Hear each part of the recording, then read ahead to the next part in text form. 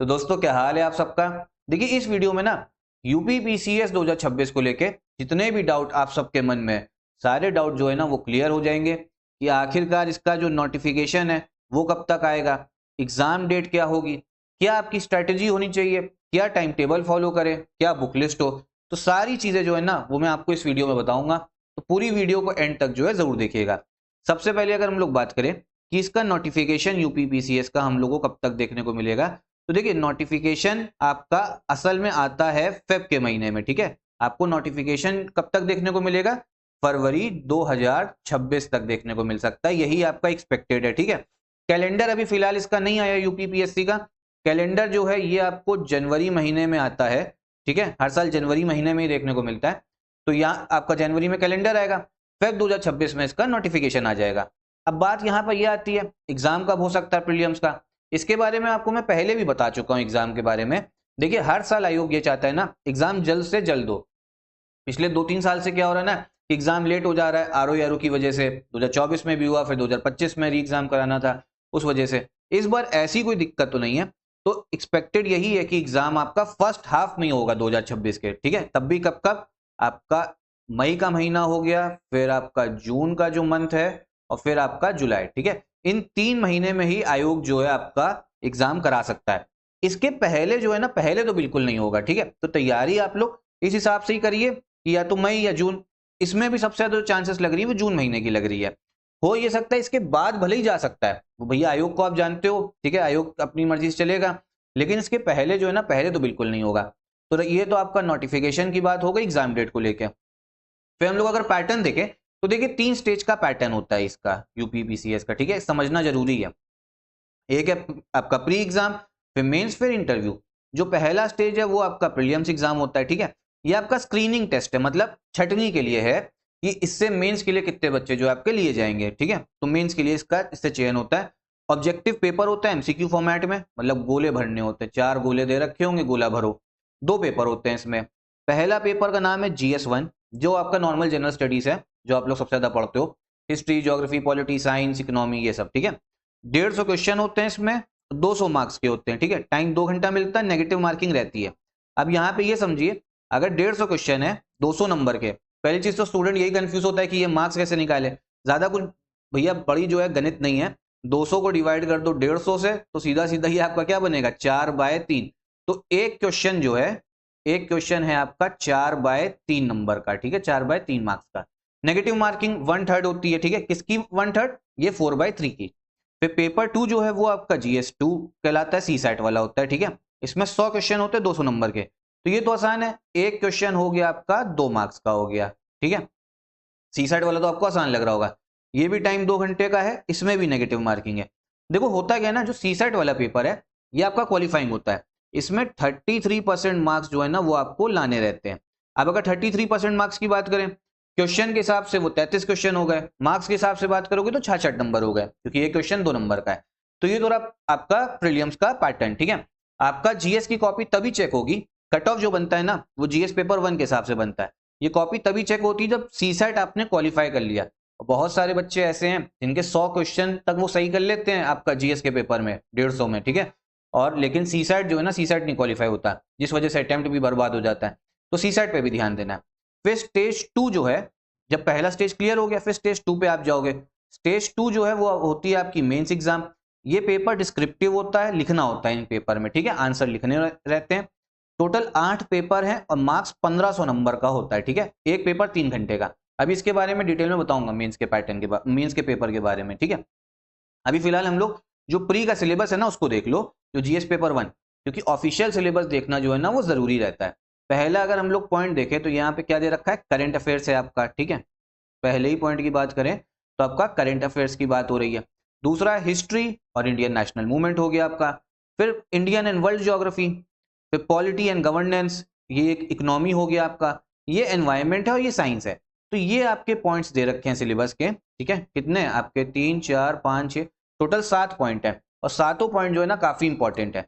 इसमें भी अगर आप मुझसे पूछोगे ज्यादा क्वेश्चन कहाँ से आते हैं, तो देखो पॉलिटी अच्छे से तैयार करना है, पॉलिटी, हिस्ट्री, ज्योग्राफी, ठीक है, साइंस, और आप लोग बस ये 4 सब्जेक्ट, तो मतलब ये 4 सब्जेक्ट तो ऐसे हैं प्री एग्जाम के लिए इसको निग्लेक्ट ना करना।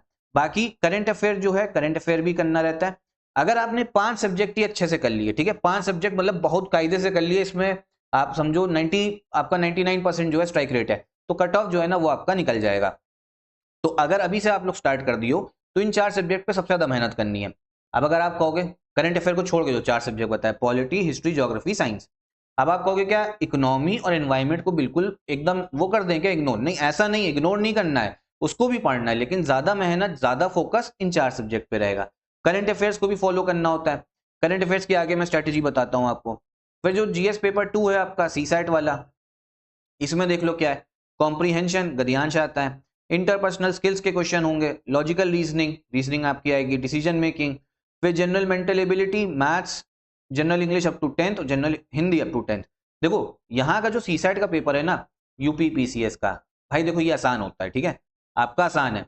यूपीएससी का जो सीसैट है ना वो तो भाई बहुत टफ देते हैं वो लोग, लेकिन यूपी पीसीएस वाले तब भी आसान रहता है। अगर आपने पिछले 7-8 साल के पीवाईक्यू को अच्छे से लगा के जा रहे हो, पिछले 7-8 साल के पीवाईक्यू सीसैट के कायदे से कर लिए, तो आपका सीसैट का पेपर जो है ना आप क्वालिफाई तो कर लोगे। इसमें 100 में 90 नंबर नहीं लाने हैं, ठीक है, इसमें 100 में आप लोग 66 नंबर ले, मतलब 33 क्वेश्चन जो है बस वो उतने आपको सही करने हैं। अब 33 का टारगेट ना बना के चलो, कम से कम 40-45 का तो बना के चलना ही पड़ता है, ठीक है, तब 33 जो है वो सही होते हैं। ज्यादा मेहनत जो है ना वो पूरी जीएस पेपर 1 में करनी होती है। फिर आगे मेंस का अगर हम लोग बात करें, मेंस में देखो टोटल 8 पेपर होते हैं। पहला पेपर है आपका हिंदी का, मार्क्स जोड़ते हैं, ठीक है, दूसरा हो गया ऐसे का, ये दोनों जो है ना 150-150 नंबर के हैं, तो 300 नंबर ये टोटल जो है बन गए। 3 घंटे का पेपर होगा। इसके बाद में जीएस के 6 पेपर हैं, जीएस पेपर 1, 2, 3, 4, 5, 6, ठीक है, और 6 आपके जो जितने भी 6 पेपर हैं सारे पेपर आपके 200-200 नंबर के हैं, तो 1200 मार्क्स जो है ना वो ये हो गया आपका, ठीक है। जीएस पेपर 1 में हिस्ट्री पूछी जाएगी, ज्योग्राफी, सोसाइटी। जीएस सेकंड में पूछा जाएगा आपसे पॉलिटी, आईआर, ठीक है। 3 में इकोनॉमी आती है, 4th में एथिक्स आता है, 5 और 6 जो है वो आपका यूपी स्पेशल है। तो 1200 नंबर और 300 नंबर, 1500 नंबर का जो है वो आपका मेंस होता है। इसके बाद में 100 नंबर और जोड़ते हैं वो आपके इंटरव्यू के, ठीक है। तो टोटल जो रैंक बनती है ना वो 1600 नंबर से बनती है, 1600 मार्क्स से बनती है, ठीक है, रैंक जो आपकी बनेगी। तो जो मेहनत, मतलब जो आप समझो एसडी, आप देखते हो ना कि किसी को एसडीएम मिला, किसी को डीएसपी मिला, किसी को एआरटीओ मिला, तो वो इन्हीं नंबर की वजह से मिलता है। जो 1600 नंबर है ना, इन्हीं में से भैया किसी के नंबर कम आ गए, किसी के ज्यादा आ गए, प्री के मार्क्स जो है ना वो फाइनल रैंकिंग में नहीं जुड़ते हैं, वो सिर्फ एक छटनी के लिए होता है। लेकिन सबसे ज्यादा टफ कंपटीशन भी प्रीलिम्स एग्जाम में है, उसको निकालना जरूरी रहता है, ठीक है। तो यहां तक की बात समझ में आई होगी। आगे हम लोग बुक लिस्ट के बारे में अगर बात कर लें, ठीक है, जो कोर सब्जेक्ट्स हैं उनकी बुक लिस्ट देखना जो है ना वो भी जरूरी है। देखो पहले तो हो गया आपका हिस्ट्री। हिस्ट्री के लिए क्या करें, जो ओल्ड एनसीईआरटी है आपकी, कौन कौन सी, आर एस शर्मा है, इंग्लिश में भी हिंदी में भी मिल जाएगी, कहीं भी बुक स्टोर जाओगे, ज्यादा महंगी भी नहीं है, ठीक है, 100 रुपए के आसपास की एक बुक के, मतलब इसी के अल्ले पल्ले मिल जाएगी। एंशियंट इंडिया के लिए आर एस शर्मा है, मिडीवल इंडिया के लिए सतीश चंद्र, मॉडर्न इंडिया के लिए बिपिन चंद्रा। अब इन तीनों बुक्स को ना रटने मत बैठ जाना, ये स्टोरी की तरीके, इनको आपको समझना है, ठीक है।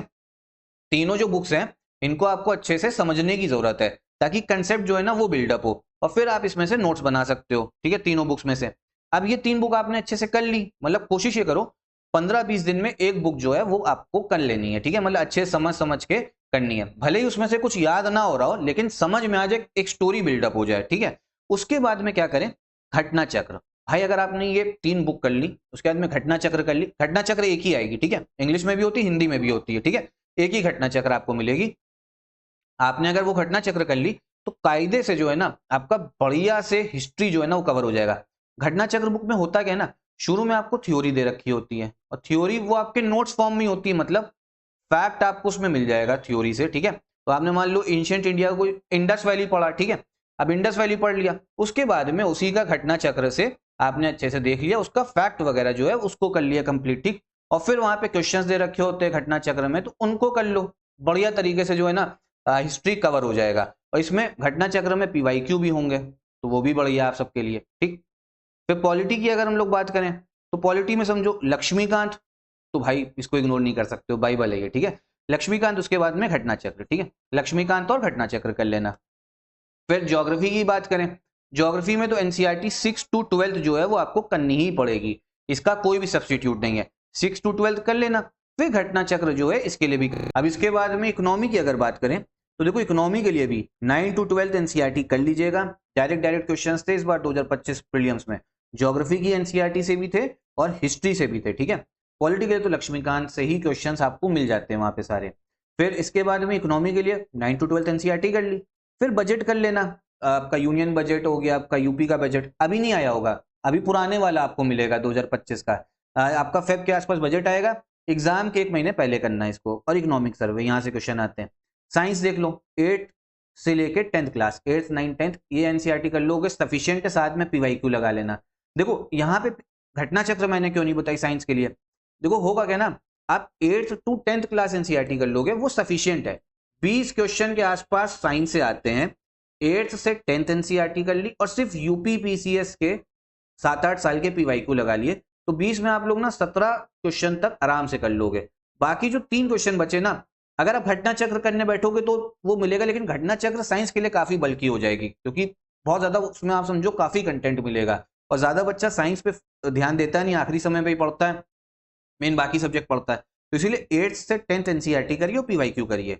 बाकी के लिए पीवाईक्यू भी करने सबके लिए, लेकिन जो मैंने आपको घटना चक्र बता रहा हूं ना, इसमें यूपी पीसीएस के तो पीवाईक्यू आपको मिल ही जाएंगे, ठीक है, और बाकी स्टेट के भी मिलेंगे, तो क्वेश्चंस की प्रैक्टिस हो जाएगी। एक तरीके से क्वेश्चन बैंक है आपका घटना चक्र, और नोट्स भी उसमें थ्योरी शुरू में दे रखी होती है। एनवायरमेंट के लिए सिर्फ घटना चक्र करिए, ठीक है। करंट अफेयर्स के लिए क्या करना है, डेली आधा घंटा जो है ना करंट अफेयर को देना, आधा घंटा डेली, उसमें न्यूज़पेपर पढ़ लो। अब यूपीएससी की तरीके से ना पढ़ना न्यूज़पेपर, मतलब ये आपको पता होना चाहिए क्या चल रहा है जिंदगी में, मतलब हमारी जिंदगी में नहीं, मतलब देश की जिंदगी में क्या चल रहा है, ठीक है। कौन मोदी जी कहाँ जा रहे हैं, प्राइम मिनिस्टर कहाँ विजिट कर रहे हैं, बाकी देश के लीडर कौन इंडिया में आ रहा है, ये सब चीजें पता रखो। कौन सा कानून पास हो रहा है, रटना नहीं है, सिर्फ जो चीज करोगे ना वो डेली आती रहेगी न्यूज़पेपर में, तो अपने आप याद हो जाता है। और एग्जाम के पहले 1-2 महीने पहले आई दृष्टि आती है, बहुत बढ़िया बुक है, यहीं से क्वेश्चन मिल जाते हैं। तो न्यूज़पेपर फॉलो करो, ठीक है, आधा घंटा डेली न्यूज़पेपर को दो। और साथ में जनवरी से मैं सोच रहा हूँ कि क्वेश्चंस का एक कंपाइलेशन जो है, मतलब मंथ के जितने भी इंपॉर्टेंट क्वेश्चंस रहेंगे वो एंड में मैं आपको दे दिया करूंगा, उसकी क्लास भी ले लिया करूंगा, ठीक है, अच्छे से, क्योंकि तब जो है समझ में आ जाए, मतलब करंट अफेयर्स की महीने भर की जो है प्रैक्टिस हो जाए। तो करंट अफेयर्स के लिए तो ये है। बाकी टाइम टेबल की बात करें तो देखो 6 घंटे तो आपको पढ़ना ही पड़ेगा। अब पीसीएस की तैयारी कर लो, 6 घंटा आपको पढ़ाई करनी है। 5 घंटा अपने कोर सब्जेक्ट्स को दो, 2 स्लॉट बांध लो 2.5-2.5 घंटे के, ठीक है, 2 स्लॉट आपके हो गए कोर सब्जेक्ट। जैसे समझ लो मेरे हिसाब से क्या स्टार्ट करो, पॉलिटी और ज्योग्राफी हो गया, ठीक है, एक सब्जेक्ट पॉलिटी, एक सब्जेक्ट ज्योग्राफी, महीने भर करो, ठीक है। महीना भर लग रहा है, 2 महीना लग रहा है, कोई दिक्कत नहीं, लेकिन करो जरूर। फिर उसके बाद में सब्जेक्ट आप लोग चेंज भी कर सकते हो। फिर आधा घंटा जो है करंट अफेयर्स डेली करना है, मैंने आपको बताया आधा घंटा करंट अफेयर्स डेली इंपॉर्टेंट है। और 2 आंसर जो है ना डेली लिखने हैं, 2 आंसर डेली, इसके लिए आधा घंटा और मान लो, तो 6 घंटा जो है ना टोटल आपका हो गया। आंसर लिखना बहुत जरूरी है, मेंस के लिए आपकी आंसर राइटिंग प्रैक्टिस अभी से करना चालू करो। अब देखो एनसीईआरटी वगैरह मैंने क्यों आपको बताई, जब आप एनसीईआरटी 6 to 12 करोगे ना, जब आप लोग 11th वाली मान लो एनसीईआरटी कर रहे हो, 6th वाली भी करनी है, जब 6 से 10th करोगे ना तो 11th वाली तब अच्छे समझ में आएगी, ठीक है। 11th वाली कर रहे हो, आपने पहले कर चुके हो 6 से 10th एनसीईआरटी सपोज कर लो, और 11th करो, अच्छे समझ में आएगी। इससे आपका प्रीलिम्स एग्जाम में तो फायदा है ही, साथ में मेंस में ना डायरेक्ट क्वेश्चंस आते हैं। तो एनसीईआरटी से फायदा क्या होता है ना, कंसेप्ट बिल्डअप होता है जो आपके मेंस एग्जाम के लिए रिक्वायरमेंट है, और साथ में फैक्ट भी आपका बनता जाएगा, क्योंकि घटना चक्र भी साथ में कर रहे हो। सेम चीज हिस्ट्री के साथ भी होगी, पॉलिटी के लिए भी। अब बहुत सारे लोग कहेंगे कि भाई हमें ल्यूसेंट पढ़वा दो, ठीक है, हमें ल्यूसेंट पढ़नी है। भाई ल्यूसेंट से अब प्री निकालना, आज से 10-15 साल पहले आप लोग प्रीलिम्स निकाल सकते थे, अब प्रीलिम्स निकालना काफी टफ है। और मान लो मैं कह रहा हूं भाई कि आप एक्सेप्शन रहे हो, भैया भगवान का आशीर्वाद रहो, आपने ल्यूसेंट पढ़ के निकाल लिया, आपने प्रीलिम्स निकाल लिया, मेंस के लिए क्या करोगे, कहां जाओगे भाई, मेंस तो निकालना है ना, मेंस के लिए तो कंसेप्ट आपका स्ट्रांग होना चाहिए और बेसिक बुक लिस्ट पढ़ी होनी चाहिए। इसीलिए बेसिक बुक लिस्ट जो है ना अभी से फॉलो करना चालू करो। और जो इधर उधर नोट्स के पीछे भागते हो ना कि इस कोचिंग के लिए लो, उसमें भाई सब फालतू हवाबाजी है, इन सबसे कोई फायदा नहीं होता है, ठीक है। देख चुका मैं, बहुत सारे स्टूडेंट्स देखे हैं, सब वो हवाबाजी चलती है, ठीक है। चलो, तो टाइम टेबल और स्ट्रैटेजी भी मैंने आपको बता दिया। तो ये थी हमारा यूपी पीसीएस को लेके पूरा, जितनी चीजें आपके मन में डाउट था वो सब मैंने क्लियर करा। कोई और डाउट हो कमेंट बॉक्स में पूछिएगा। साथ में मैपिंग सीरीज जो है ना वो भी मैं इस चैनल पे चला रहा हूँ, और यूपीपीएससी का मैपिंग कोर्स जो है वो भी मैंने स्टार्ट करा हुआ है, ठीक है। मैपिंग कोर्स जो है, एडमिशन अभी भी इसमें ओपन है, ठीक है, बच्चे लोग एडमिशन ले रहे हैं, आप इसको ज्वाइन कर सकते हो। कंप्लीट टॉपिक वाइज जो है ना वो मैं आपको अच्छे से सारी चीजें याद करवा रहा हूँ मैप के थ्रू।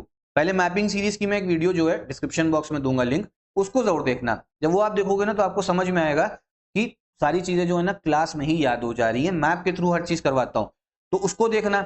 मैपिंग कोर्स में क्या फायदा होगा, जितना Indian geography world geography map वाला है सब कुछ आपको कराऊंगा। वर्ल्ड ज्योग्राफी में जैसे कहीं कैपिटल है, कहीं कंट्री कैपिटल, कोई कहीं पठार है, प्लेट्यू है, कोई नदी कहाँ से निकल रही कहाँ जा रही, सब कुछ ऐसी इंडियन ज्योग्राफी में हो गया। हिमालय पर्वत, आपके वेस्टर्न घाट्स, ईस्टर्न घाट्स, ठीक है। फिर आपके जितने भी इंपॉर्टेंट स्टेट्स हैं जो बाउंड्री टच करते हैं पड़ोसी देशों के साथ, पूरा मतलब इंडियन वर्ल्ड ज्योग्राफी मैपिंग आपका अच्छे से कवर हो जाएगा। रिकॉर्डेड क्लासेस मिलेंगी, नोट्स भी रहेंगे, क्विज भी, अच्छे से सब कुछ याद रहेगा, ठीक है। और प्राइस इसका सिर्फ 299 रखा गया, आप ज्वाइन कर सकते हो। इस आपको नंबर पे व्हाट्सएप करना है 9794977899 पे, 9794977899 पे व्हाट्सएप करके जो है आप जुड़ सकते हो। बाकी इस चैनल को भी सब्सक्राइब कर लीजिएगा, और कोई डाउट हो तो कमेंट बॉक्स में जो है ना पूछ लेना, मैं जरूर रिप्लाई करूंगा आप लोग को।